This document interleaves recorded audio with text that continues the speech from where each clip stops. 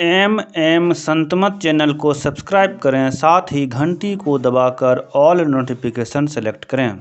आप सभी से आग्रह है कि सत्संग को पूरा अंतिम तक देखें। संत सद्गुरु महर्षि में ही परमहंस जी महाराज का प्रवचन बहुत ही प्रभावशाली होता है एवं सार बातों का प्रवचन होता है। आप लोग गुरु महाराज के प्रवचन को मन से सुने एवं अंतिम तक सुने एवं सत्संग का लाभ उठावें। मुझे उम्मीद है गुरु महाराज का प्रवचन सुनते सुनते आप लोगों में भक्ति भाव बहुत प्रबल होगा एवं बहुत लाभ होगा। श्री सद्गुरु महाराज की जय। महर्षि में ही सत्संग सुधा सागर। संत सद्गुरु महर्षि में ही परमहंस जी महाराज का यह प्रवचन मधेपुरा ग्राम देवैल में दिनांक 11/11/1952 ईस्वी को अपराह्नकालीन सत्संग में हुआ था। शरीर छूटने पर क्या गति होगी। प्रवचन नंबर 33। बंदो गुरुपद कंज कृपा सिंधु नर रूप हरि महामोहतम पुंज जासु बचन रवि कर निकर। प्यारे धर्म प्रेमी सज्जनों, सब लोगों को जीवन भर सुख से रहने का ख्याल रहता है। वे इसी के लिए काम करते हैं और आज का काम कल के लिए नहीं छोड़ते। सोचते हैं आज का काम कल के लिए छोड़ने से जो लाभ होना चाहिए नहीं होगा। कृषक खेती करते हैं, जोतने के समय, बोने के समय, कोड़ने के समय जोतते, बोते और कोड़ते हैं। सोचते हैं कि ठीक समय पर काम नहीं करने से जमीन पड़ती रहेगी, उपज नहीं होगी, भूखे रहेंगे तो दुख होगा। आप लोग कृषक हैं, जानते हैं धूप में, पानी में सब कुछ बर्दाश्त करके खेती करते हैं, इसलिए कि साल भर सुखी रहें। इसके अतिरिक्त जो और कोई काम करने वाले हैं सबको डर रहता है। बड़े पद वाले को डर है कि ठीक से काम नहीं करने से पद से नीचे गिरा दिए जाएंगे, देश की हालत खराब हो जाएगी। विद्यार्थी को डर रहता है कि ठीक से पढ़ाई नहीं करने पर परीक्षा में असफल हो जाएंगे। यह काम एक जीवन का है। साधु महात्मा लोग कहते हैं जिस प्रकार डर डर कर संसार का काम करते हो उसी प्रकार यह भी डर रखो कि तुम्हारा शरीर छूट जाएगा, तब तुम क्या करोगे, तब के लिए क्या प्रबंध करोगे। सब धर्मों में, अपने वैदिक धर्म में भी इसकी चिंता है कि शरीर छूटने पर क्या मेरी गति होगी। इसके लिए सब धर्मों में कुछ न कुछ प्रयत्न किया करते हैं। कोई कहते हैं पुत्र श्राद्ध क्रिया करते हैं, इससे स्वर्ग प्राप्ति होती है। इस प्रकार कुछ न कुछ कर्म किया करते हैं। स्वर्ग में भी सदा के लिए रहना नहीं होता, पुण्य भर स्वर्ग में रहता है और क्षीण हो जाने पर फिर स्थूल संसार में, स्थूल शरीर में आना पड़ता है। इसलिए साधु संत कहते हैं कि अरे स्वर्ग का सुख भोगते हो तो क्या, यहाँ भी इंद्रियों का भोग और वहाँ भी इंद्रियों का भोग। फर्क इतना ही है कि यहाँ विशेष परिश्रम करने पर विषय सुख प्राप्त होता है, किंतु वहाँ का सुख बिना परिश्रम के ही मिलता है। जैसे पहले का जमा किया हुआ पुण्य मिलता है। यहाँ का सुख विशेष टिकाऊ नहीं, किंतु वहाँ का उससे कुछ विशेष टिकाऊ है। किंतु जिस प्रकार विषयों में यहाँ संतुष्टि नहीं, उसी प्रकार वहाँ भी है। जिन विषयों में यहाँ सुख नहीं, वहाँ भी पूर्ण शांति संतुष्टि नहीं। इसके लिए यत्न करना किस काम का, इसीलिए संत कबीर साहब कहते हैं, निधरक बैठा नाम बिनु चेतिन करे पुकार, यह तन जल का बुदबुदा बिन सत नहीं बार। लोग देखते हैं कि उनकी उम्र से छोटे बड़े और समान के कितने लोग मर गए। यह शरीर अब तक है तो यह ईश्वर की कृपा है। जब स्वर्ग के सुख में भी पूर्ण शांति नहीं है, तब उससे जो विशेष सुख है उसके लिए यत्न करो। यह शरीर कब छूटेगा ठिकाना नहीं, इसलिए शीघ्र यत्न करो। अशुभ कर्म करना नहीं चाहिए, इसलिए शुभ कर्मों को करो। यदि चूक से अशुभ कर्म हो भी जाए तो उसके लिए पछताओ तथा फिर नहीं करने का बंधन अपने ऊपर लो। फिर शुभ कर्मों को करके भी अपनी आसक्ति न रखो। अहंकारी मत बनो। आसक्ति रहित होकर शुभ कर्मों को करोगे और ईश्वर का भजन करोगे तो वह बंधन तुम पर नहीं पड़ेगा, गौण हो जाएगा। आसक्त और अहंकारी बनकर शुभ काम करोगे तो फिर बंधन में पड़ोगे। पाप में लिप्त मत हो, इसमें लगने से महान दुख में पड़ोगे।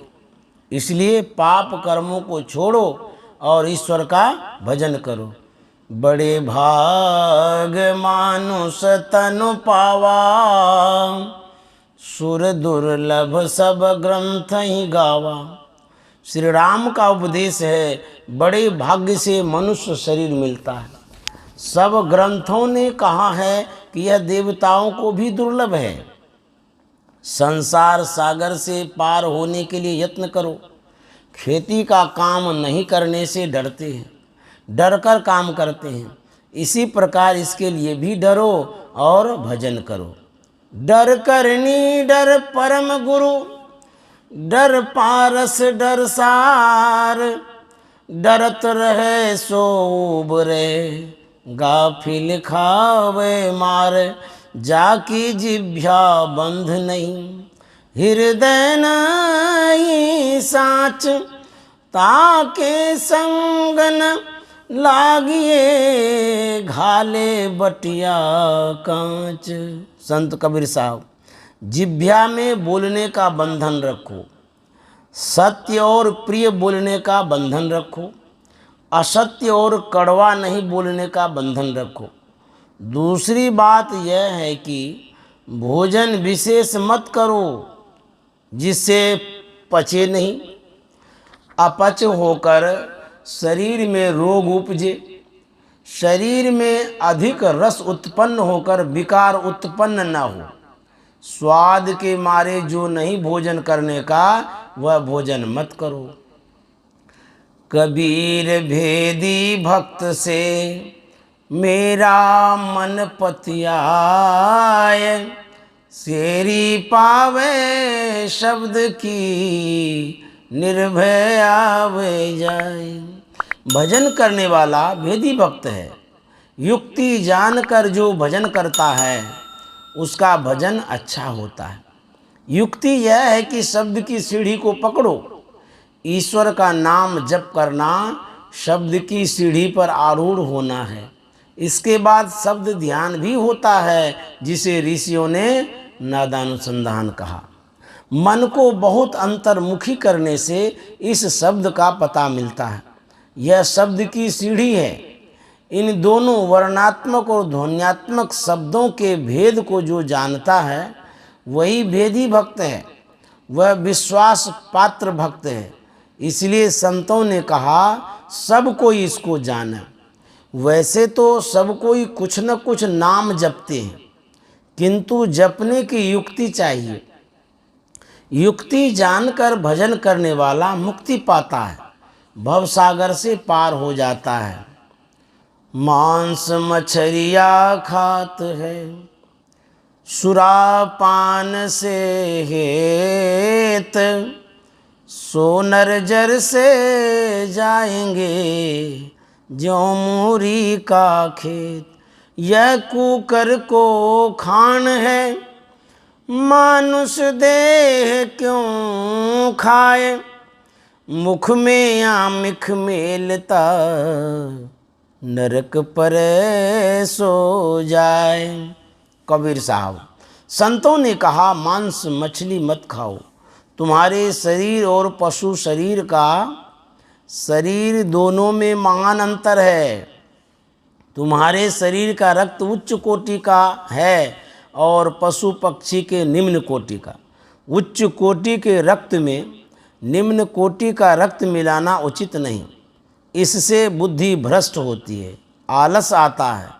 फिर नशा के लिए कहा भांग तमाखू छूतरा अफयूं और शराब। कह कबीर इनको तजे तब पावे दीदार। इसका सेवन मत करो, कोई नशा लेने योग्य नहीं, इनसे बचो।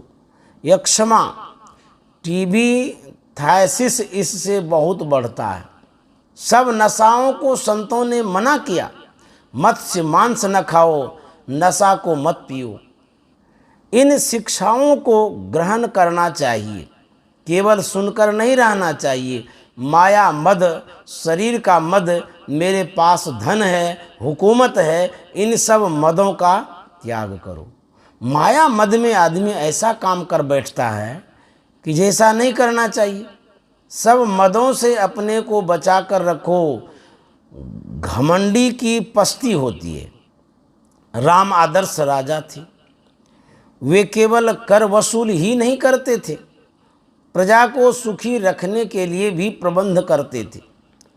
प्रजा का शरीर छूटेगा, शरीर छूटने पर भी वे सुखी रहें, उनको इसकी भी चिंता थी। इसलिए उन्होंने उपदेश दिया कि देवताओं को नहीं मिलने योग्य शरीर तुमको मिला है। इस शरीर का सदुपयोग करो। इस शरीर का फल विषय भोग करने के लिए नहीं। इसलिए विषय भोगों में लीन मत हो। सद्गुरु मल्लाह नरतन भव वारिधि कह बेरो। सन्मुख मरुत अनुग्रह मेरो। करण धार सद्गुरु दृढ़ नावा। दुर्लभ साज सुलभ करि पावा। गोस्वामी तुलसीदास जी। मनुष्य देह और ईश्वर की कृपा हो फिर भी कोई भक्ति न करे तो उसे आत्महत्या का पाप लगेगा। कोई कहे मनुष्य शरीर प्राप्त है पर ईश्वर की कृपा नहीं है, यह फिजूल बात है। ईश्वर की कृपा है ही है। सद्गुरु को ढूंढो। सद्गुरु एक ही नहीं होते, सद्गुरु जितने होते हैं सबका आचरण एक ही होता है। उनसे युक्ति जानकर ईश्वर की भक्ति करो, कल्याण होगा। श्री सद्गुरु महाराज की जय।